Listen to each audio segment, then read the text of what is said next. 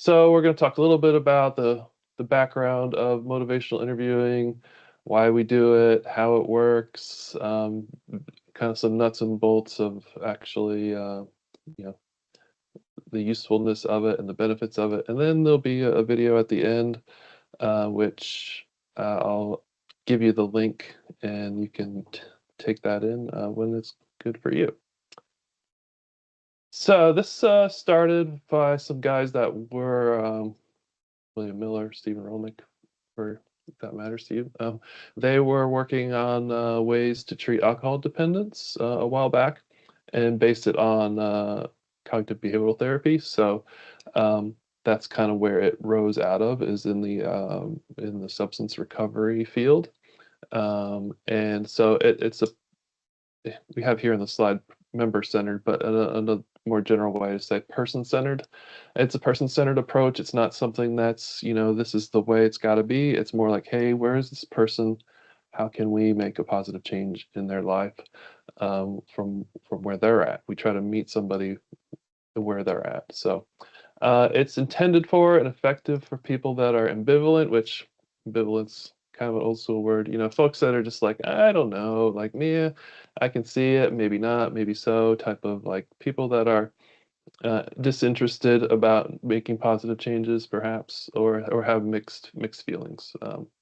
So the idea is to inspire someone to make a positive change in their life. And as you're doing care coordination, part of your role, as I trust you already know, is to find ways to make positive change in somebody's life according to the roles that we're playing. Um, so it's used all over the place these days for things like, being cooperative with your meds, eating well, stopping habits or behaviors that can be harmful, things like that. All right, any thoughts or questions on that before we scooch along? None. All right, we'll keep going.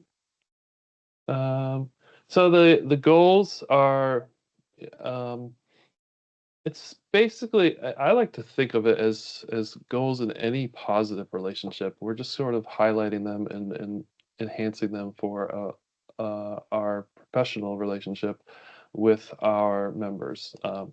So my previous positions, we called what we call here in Maine, we usually call them members. Is that what you guys call your folks, or do you call them clients or something else?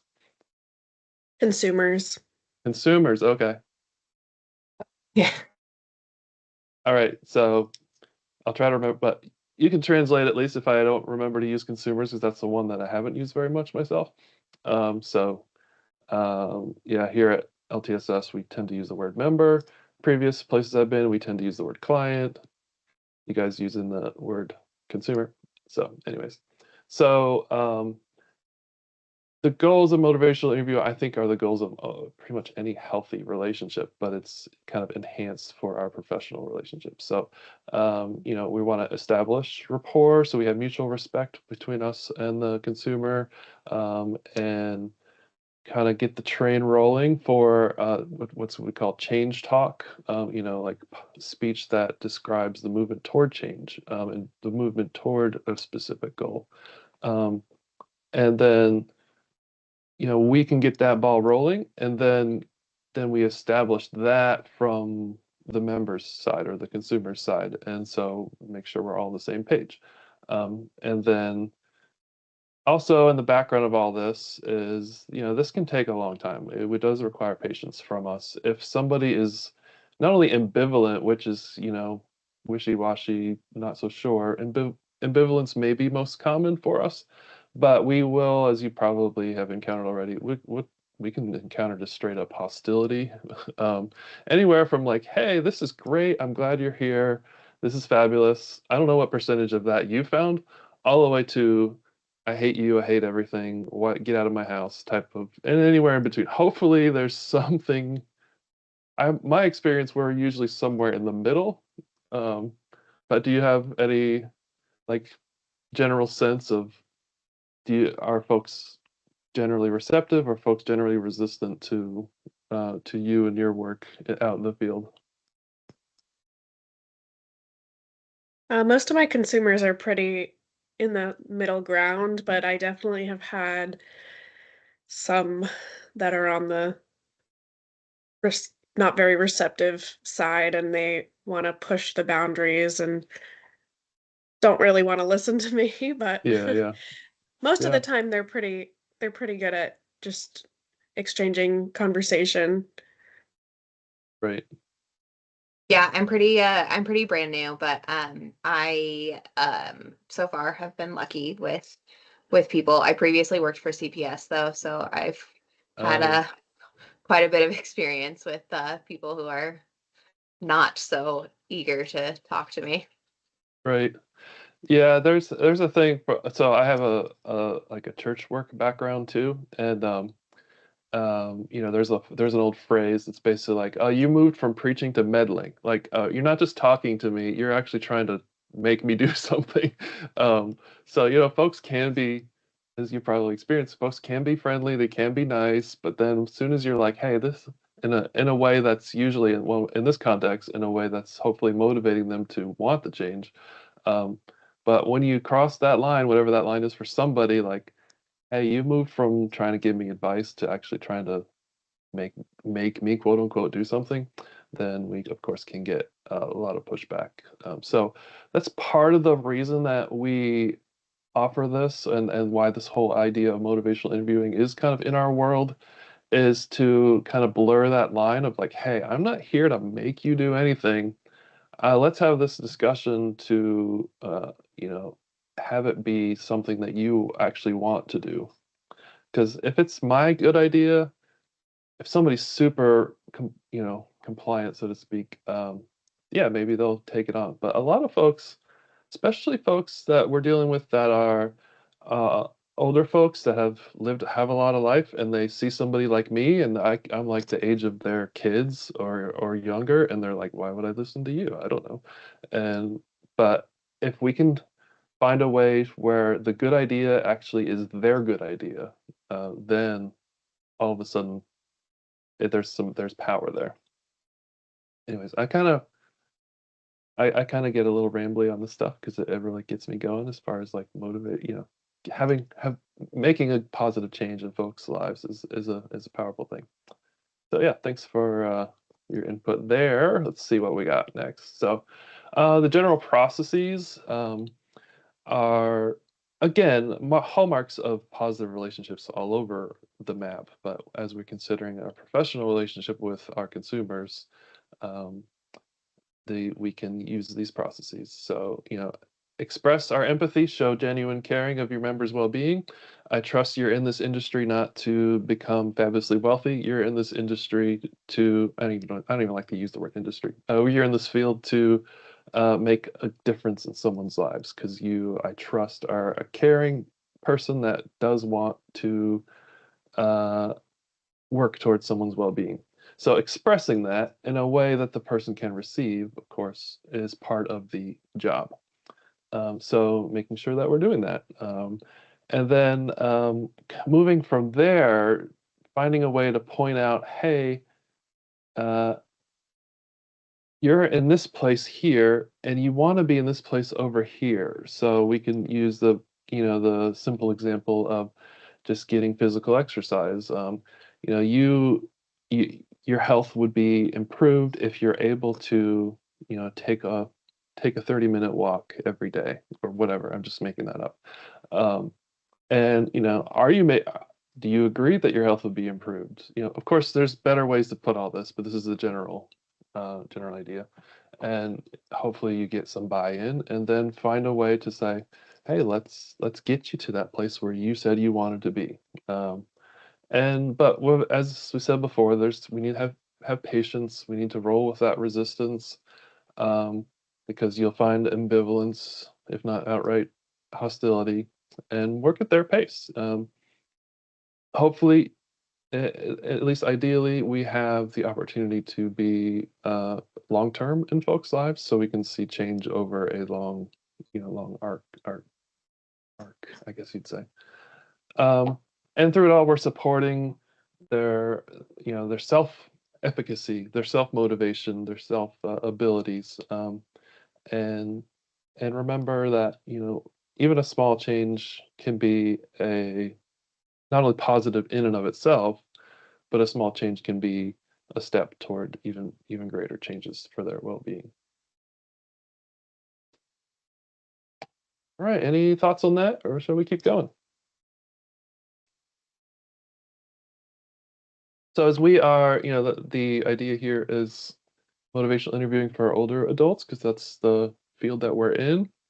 There are a few wrinkles in that, no pun intended, as far as this type of techniques for our older population, but there's variations in any population. So you'll have variations in motivation to change. Sometimes they'll have to come facilitated by us, but hopefully elicited or rising from the member themselves or the consumer, because they're the one ultimately responsible. We're dealing with adults here. We're dealing with folks that we can't give them motivation. They have to find that motivation within themselves. So we can facilitate it, we can introduce, we can encourage and cheerlead, but we can't basically tell them what to do. Direct persuasion is not effective, um, but we can support. And sometimes we just need to be quiet and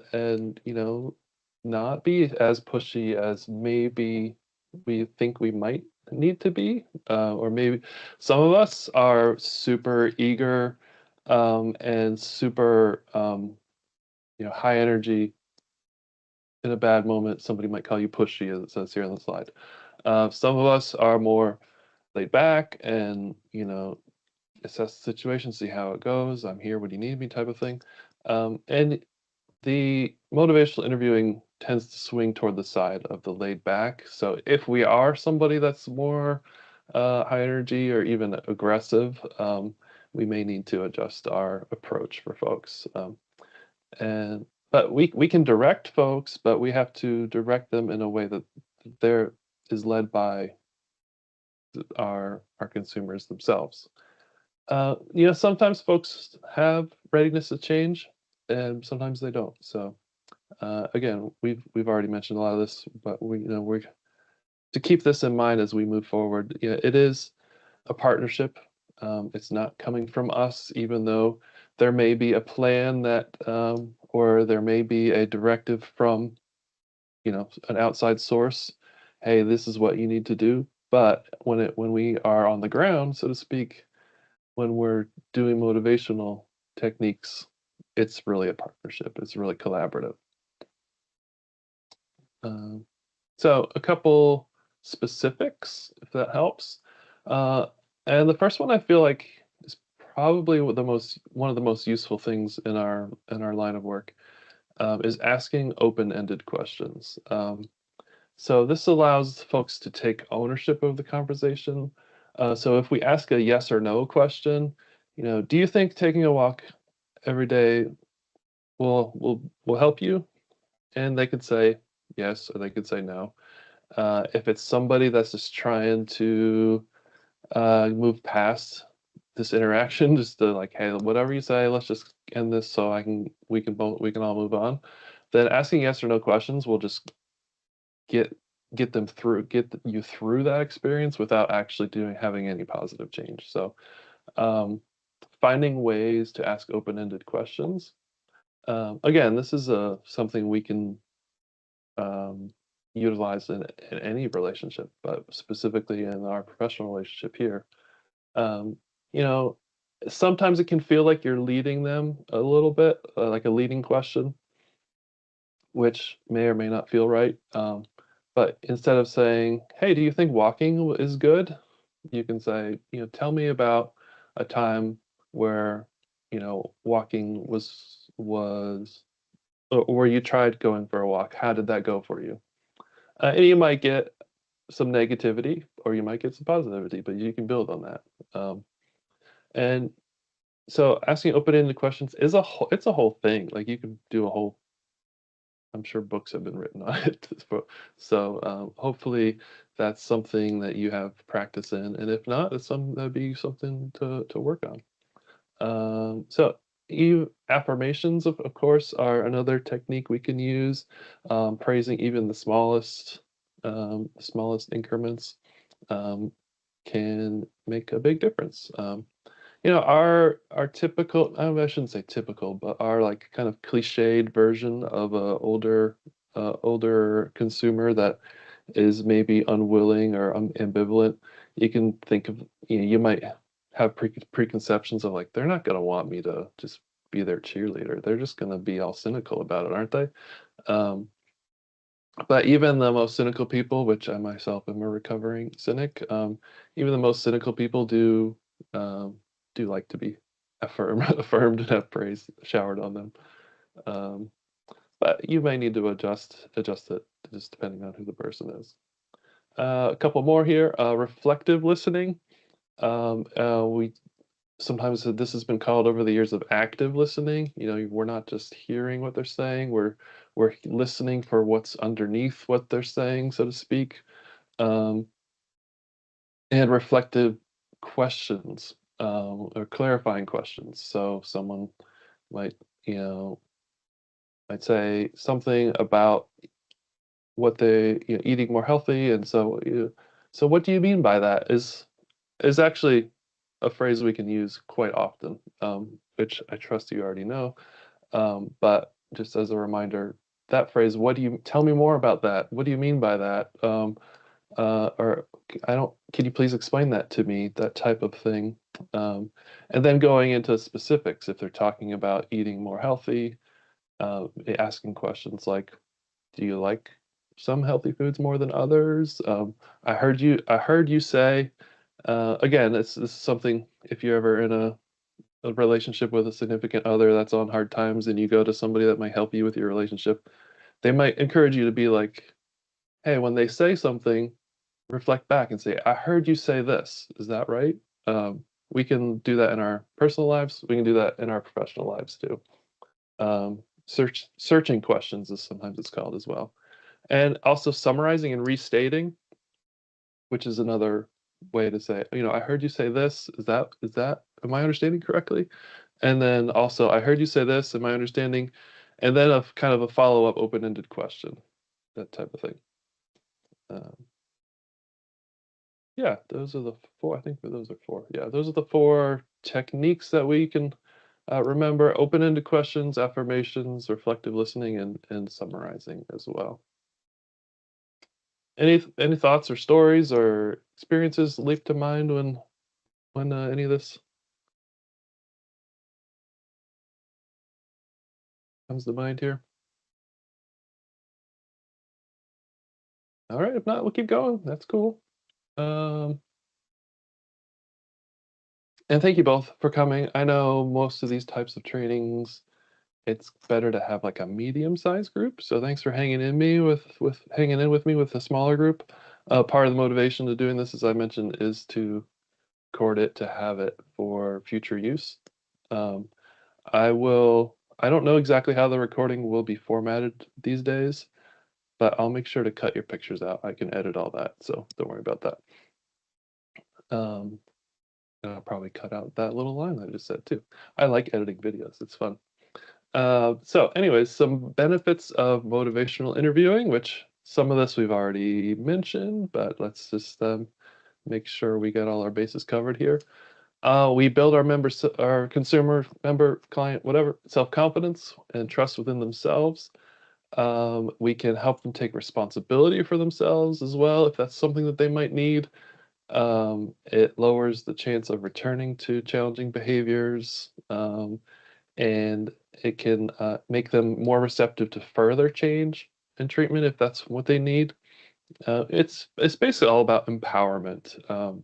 If someone is in a tough place and needs help moving forward, it's the old line about teaching a person to fish instead of handing them the fish.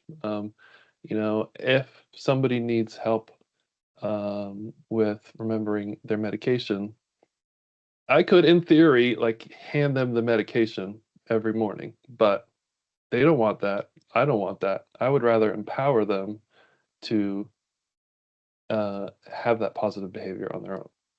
Um, Also, we can show them that they do have that power to change and strengthening their success for the future. And this can all be part of like their network of services in the community. And so they can have build up their support system and be also a positive support to others as well. All right, well, a couple of points about working with older adults, which is our line of work here. There may be variables and challenges with someone's health, their physical health, their mental health, their cognitive abilities. I'm sure a lot of our folks are dealing with challenges of declining cognitive abilities. Also, lack of psychosocial supports, which is a super fancy way to say like loneliness and you know, isolation. So those challenges I feel like are increased in our population. I don't know if you agree with that, but I've noticed that myself. Um, so it does. This is where we our creativity can come into play. So we can, you know, we're here not just to check off a box, go down a list, do the things like a robot or whatever. We're here to bring our skills, our abilities, our experiences, our human creativity into play to serve the needs of our consumers. So, um, you know, we can think think through maybe on our own, maybe with our peers, maybe with supervisor, maybe with whoever else that we have access to. We can think things through and come up with creative solutions. So, you know, maybe citing previous successful examples, um, maybe setting alarms for reminders or whatever. There's all sorts of different opportunities that we have and resources that we have, especially when, especially like real practical things like remembering medication. Or I worked for an agency that helped folks get adaptive equipment that needed as their, you know, things like you know, handholds in the shower type of thing. There's all sorts of amazing technological adaptive equipment these days. When if someone is declining in their, you know, their physical abilities, their hearing, their vision, whatever, that we have this hopefully are it did in my previous agency, and I also assume it's also um, the way here in Maine in our agencies that we have access to adaptive equipment for folks, so we can think creatively along those lines for our population. So when you've established a relationship of trust with your members, you may know what may or may not work for them, and you can use creativity for the different approaches.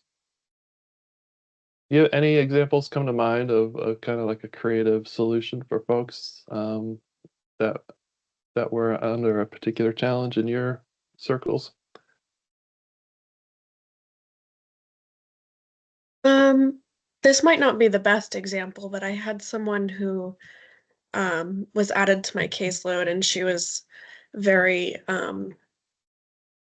dismissive of me. She said that nobody wants to help her, and um, there was just like it didn't seem like there was any improvement in her care, and um, basically she was just waiting for a bidet to be installed. And so in order to kind of get her on my side and to listen to me, I just kept her in the loop for every single step of the way, that like, oh, they found a contractor, they're doing this now, like, and so just like that little addition to letting her know that information like really got her on my side and like liked working with me, and so I felt like that helped a lot. Oh, great. Yeah, that's a great example. Thanks for sharing that. Because yeah, some folks, I think a lot of folks, they they build their trust based on how reactive we are to them and how, you know, how much we let them in on the process. So, you know, and it's clearly you knew that this person would be receptive to that, you know, approach. And there may be other folks that would be like, I don't want the details, just tell me what is done. But other folks would be like, yeah, I want all the updates. So establishing that rapport, that trust through that that approach is great. So yeah, thanks for sharing that. All right. Yeah, there's a couple more things we have here for working with older adults. Most of which we've probably already mentioned, one degree or another. But yeah, folks may be resistant to change, but motivational interviewing has been shown to be effective for folks of all ages. So, a couple examples, which we've already mentioned most of these, I think. Improvements in diet, medication cooperation, exercise, doing the daily needs, toileting, showering, bath, all that good stuff, utilizing that safely, managing their health concerns, increasing support systems, um, maintaining independence, maintaining integration in the community. All these are more motivational interviewing can and will help folks in these areas. Well, look, that was quick, wasn't it? We've gotten toward the end of our time together, and so I will send you. I've got your emails um, on the registration, so thanks for signing up with that. I'll send you a link to this. It's a 22-minute video, and I'll also send you this like text on this slide. And I can actually send you the slides too, if that would help, if you want to review those. So this is, these are just actors, but it's really well done as far as how they, go through all the steps and stuff. It's a 22-minute video, and we got it broken down here for you of what the different situations are. So I'll leave this for you as your homework. I recommend that you do it now because I trust you've blocked out the time for it. If you would rather not, of course, it's up to you. But I'll send that to you as soon as we're off here. And if you're listening to this in the recording, we will find a way to have this link available to you as well.